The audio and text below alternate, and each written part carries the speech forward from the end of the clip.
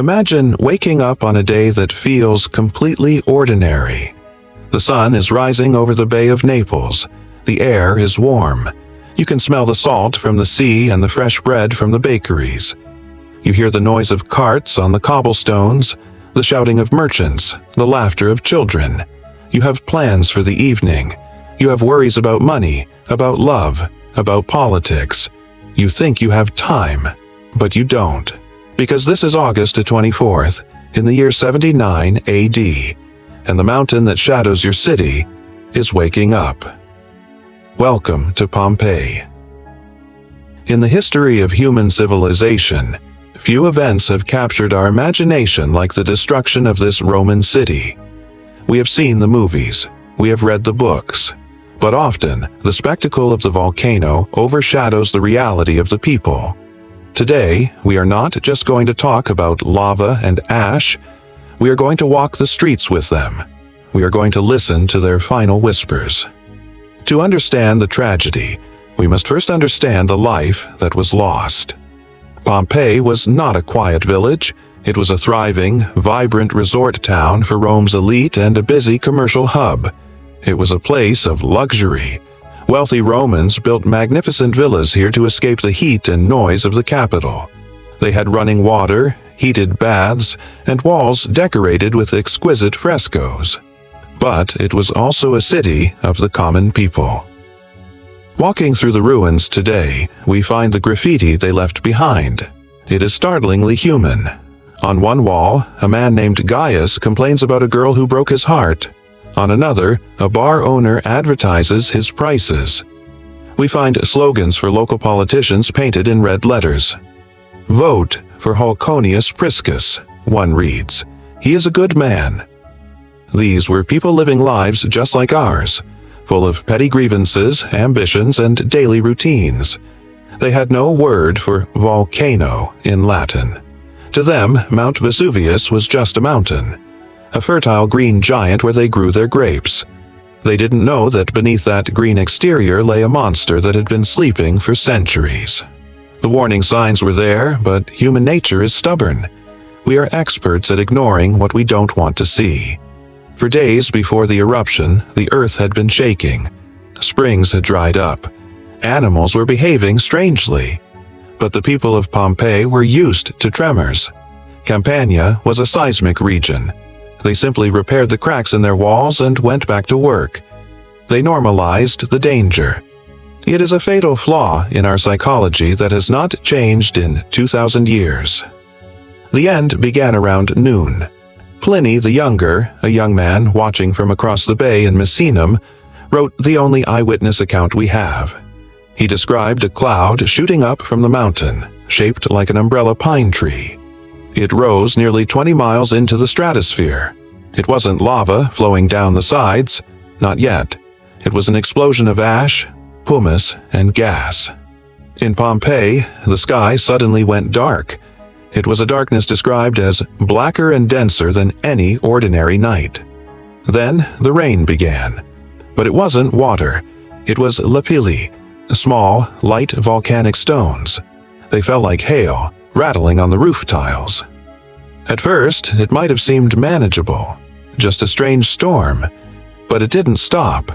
This is where the first fatal decisions were made.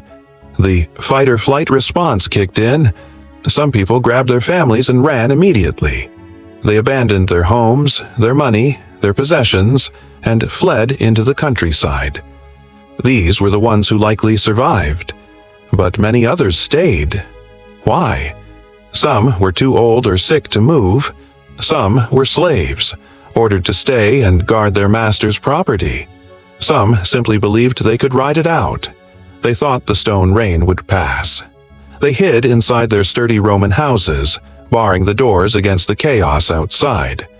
It was a deadly mistake. The pumice fell for hours, accumulating at a rate of 6 inches per hour. Roofs began to collapse under the weight, crushing those hiding inside. The doors were blocked by the rising debris, trapping people in their own homes. The city was being buried alive, layer by layer. But the worst was yet to come. By the next morning, The column of ash that had been standing over the mountain collapsed. This created what is called a pyroclastic surge. This is not slow-moving lava. This is a superheated avalanche of gas, ash, and rock moving at 100 miles an hour.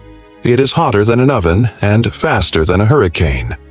The first surge missed Pompeii, but the subsequent surges did not. When the surge hit the city, death was instantaneous. The heat was so intense, reaching up to 300 degrees Celsius, that it vaporized soft tissue and caused brains to boil inside skulls. It sounds gruesome, but in a way, it was a mercy. They did not suffer. They did not suffocate slowly. They were frozen in a fraction of a second, their muscles contracting in thermal shock, creating the curled positions we see today. This is where the story of Pompeii becomes truly haunting. The ash that covered them hardened over time. The bodies decomposed, leaving hollow voids in the rock. In the 19th century, archaeologist Giuseppe Fiorelli realized that if he poured plaster into these voids, he could recover the shapes of the dead. These plaster casts are the ghosts of Pompeii. They are not statues. They are the negative space where a human being once took their last breath. Let's look at them. Really look at them. There is the Garden of the Fugitives, a group of 13 people trying to flee through an orchard. We see adults and children. They are huddled together trying to protect each other from the heat. We can see the folds in their tunics. We can see the terror on their faces. There is the watchdog, still chained to a post in the house of Vesuvius Primus. The dog is twisted in agony, struggling against its chain as the ash rose. It could not escape. It is a heartbreaking reminder that the tragedy did not just take human lives, it took everything. There are the two Maidens, famously embracing each other in their final moments. Recent DNA analysis has shown they were actually two men, possibly brothers or lovers, holding on to each other as the world ended. It is a universal gesture of comfort. In the face of death, we do not look for gold or gods. We look for each other. And then there is the mother. She is found shielding her child with her own body. She is crouched over, creating a human tent, trying to filter the dust so her baby could breathe. It was a futile gesture against the power of a volcano, but it is the most powerful symbol of love imaginable. She died protecting what she loved most. Pompeii was buried under 20 feet of ash. For 1,500 years, it was erased from the map. People forgot it existed. They planted crops over the roofs of the villas. It wasn't until the 16th century that it was rediscovered. When we excavate Pompeii, we are not just digging up stones. We are digging up a frozen moment in time.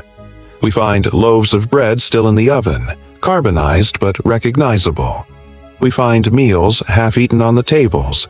We find a surgeon's tools, laid out for an operation that never happened. The tragedy of Pompeii is also its greatest gift to us. Because the city died so suddenly, it was preserved perfectly. It gives us the most detailed look into the ancient world we will ever have. It stripped away the myth of the Grand Roman.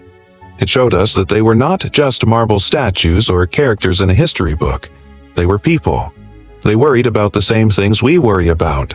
They loved their families. They complained about their jobs. They enjoyed a good glass of wine.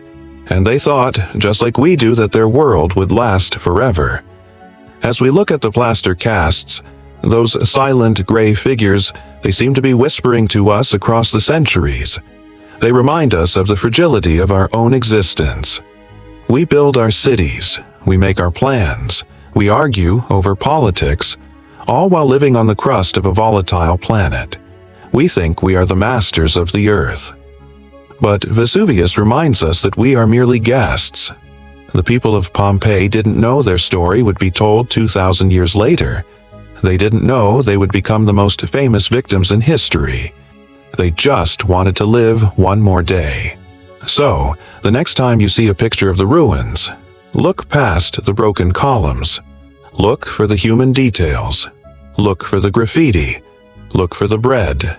Look for the mother holding her child. And remember that history is not about dates and maps. It is about the heartbeat of the people who lived it. The ash has settled. The mountain is quiet again, for now. But the voices of Pompeii are still speaking. Are we listening? We have reached the end of another journey, through the dusty pages of history. But the whispers of the past never cease. Subscribe to stay with us on this mysterious voyage.